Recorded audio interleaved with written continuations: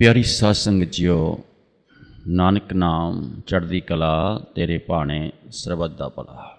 लड़की की शादी हुई तो उसको समझाया जाता है, माँ बाप समझाते हैं कि बेटा तू अगले घर जाना ना, अब तो वहाँ जाके सबको तू साथ साथ नमस्कार करना है। सास को भी अपनी माँ समझना है और ससुर को भी अपना पिता समझना है, जेठ को भी अपना बड़ा भाई समझना है और पति को एक उस प्रीत में बांधना है जो अच्छी सच्ची प्रीत है, जिसमें हेर फेर नहीं है। सच्ची प्रीत तेरी उसके मन को बहा जाएगी, उसमें बांधना है, वो बंध जाएगा। परमेश्वर बंध जाता है सच्ची प्रीत से, तो भक्तों ने बांधा है उसको, प्रेमियों ने बांधा है उसको, तो पति क्यों नहीं बंधेगा? इसलिए तो पति की आज्ञाकार बनना है, पति के हिसाब से चलना है और पति की सोच के साथ सोच मिलानी है और सलाह मशवरे से चलना है। घर को चलाना है, परिवार को बढ़ाना है, परिवार को सबके साथ मिला करके चलना है, मिलना है सबसे, जो भी सामान घर पे लाना है तो ये एक सलाह मशवरा होना चाहिए। तुम्हारा आपस में प्यार बना रहे, तुम्हारे कहीं तकरार ना हो,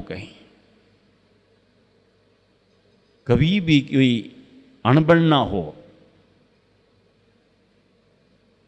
अगर पति काम से आता है, आते ही उसको मुस्कुरा के सिर मत्थे, जिसको कहते हैं ना कि बहुत निम्रता से प्यार से मिलना है, पानी का गिलास पिलाना है,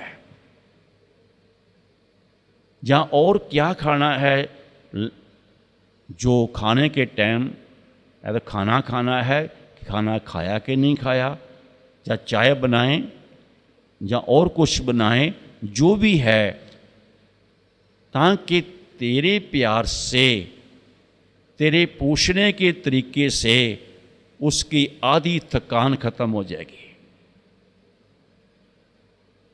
आधी थकान खत्म हो जाएगी उसकी।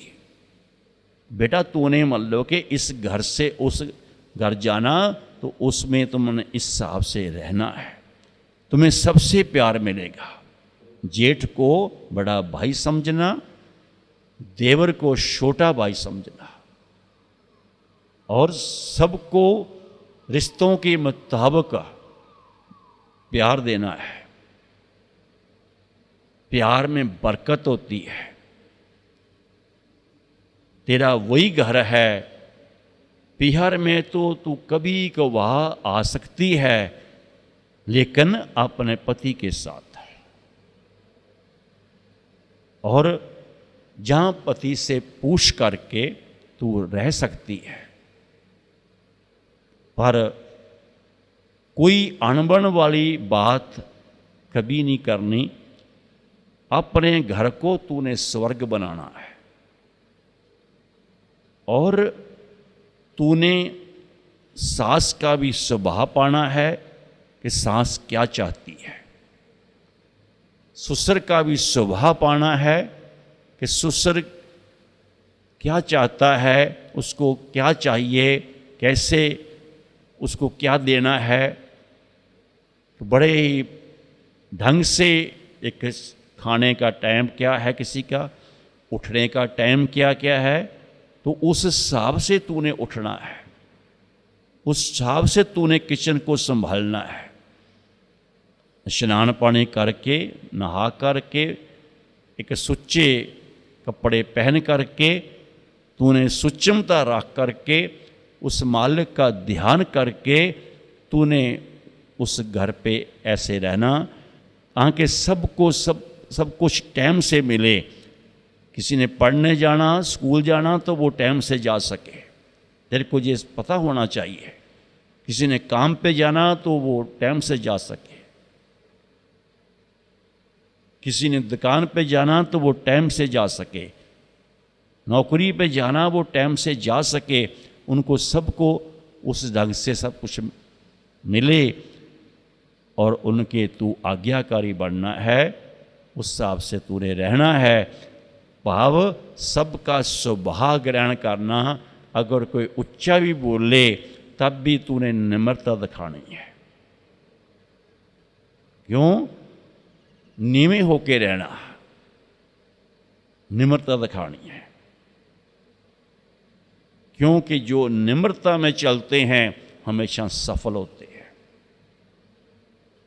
जिन्होंने निम्रता कभी सीखी ही नहीं है, निम्रता से कोई चला ही नहीं है, वो ज़्यादा दिन नहीं चलते। इसलिए उनके लिए आफत पे आफत तैयार रहती है। उनके घरों में मीटिंगें होती रहती है।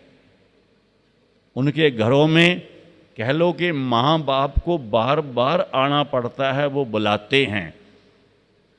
इसलिए इन चीज़ों से बचना है। अपने घर को अपना घर समझना और घर के हिसाब से रहना है। और सुबह उठ के ये भी जानना जरूरी है कि नहा लिया, सुच्चे कपड़े पहन लिए और सच्चे प्रीतम जिसने तुझे बल बख्शना है, हिम्मत बख्शनी है, जिसने एकता पैदा करना है, जिसने तेरे को अच्छा स्वभाव देना है, जिस स्वभाव से तू सबका स्वभाव ग्रहण कर सके, पा सके, जहाँ कह लो जान सके, उस स्वभाव के हिसाब से चलना है तूने। इसलिए उस स्वामी का, सतगुरु का ध्यान करना, उसकी आराधना करना। तू घर पे भोजन बनाएगी, उस टाइम भी उस स्वामी की प्रीतम की आराधना करनी है। वो कली रोटी नहीं है, वो एक प्रसाद बन जाएगी। जैसे गुरु घर में कहते हैं कि प्रसादा, प्रसादा क्यों कहते हैं? क्योंकि सिमरन करके बनाया हुआ है। और उसको कह देते हैं कि जो सिमरन करके बनाया, गुरु की याद में बनाया, गुरु के प्रेम में बनाया, गुरु के ध्यान में बनाया, तो समझो वो प्रसादा हो गया, प्रसाद हो गया। ऐसे तूने भी ऐसे ही करना है। उस किचन को भी अपने मन में धारना कि तेरे सतगुर की किचन है। दाल बनाए, सब्जी बनाए, कोई भी चीज़ बनाए, चाय बनाए, सब में तूने प्रीतम के उस शब्द का रस घोल देना है। अमृत रस सबके अंतर वो घोलना है, जिससे कि घर में बरकत आएगी, जिससे कि सबकी अंतर शांति आएगी, सबको सुकून सा मिलेगा, सुरूर सा मिलेगा, सब तेरी वाह वाह करेंगे। और ये चीज जरूरी है।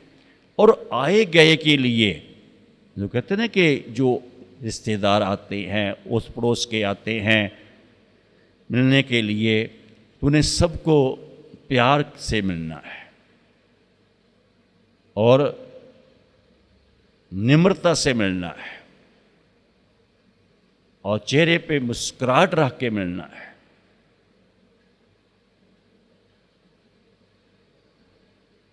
रिश्तेदार आते हैं, उनको भी उस हिसाब से मिलना है। सबके लिए पानी धानी पूछना है, देना है, पानी लेके हाजिर होना है। और सबके बच्चों को भी अपने बच्चे समझ करके एक बहन भाई समझ करके प्यार देना है, और तेरे में किसी किस्म की कोई कमी ना हो, ताकि हर रिश्तेदार भी ये कहे उनको बहू मिली है तो बहुत अच्छी मिली है। ऐसी बहू भाग्यवान जीवों को मिलती है, सबको नहीं मिलती, भाग्यवान जीवों को मिलती है। अच्छे कर्म होते हैं ये जिनको अच्छी बहू मिलती है। पति भी कहे कि मेरे भाग्य अच्छे होंगे जो तुझे पाया है। सास भी कहे कि तू मेरी बेटी समान है, बेटी की तरह है, जो तुझे पाया ये हमारे भाग्य है। ससुर भी कहे तू हमारी बच्ची है, हमारी बेटी है।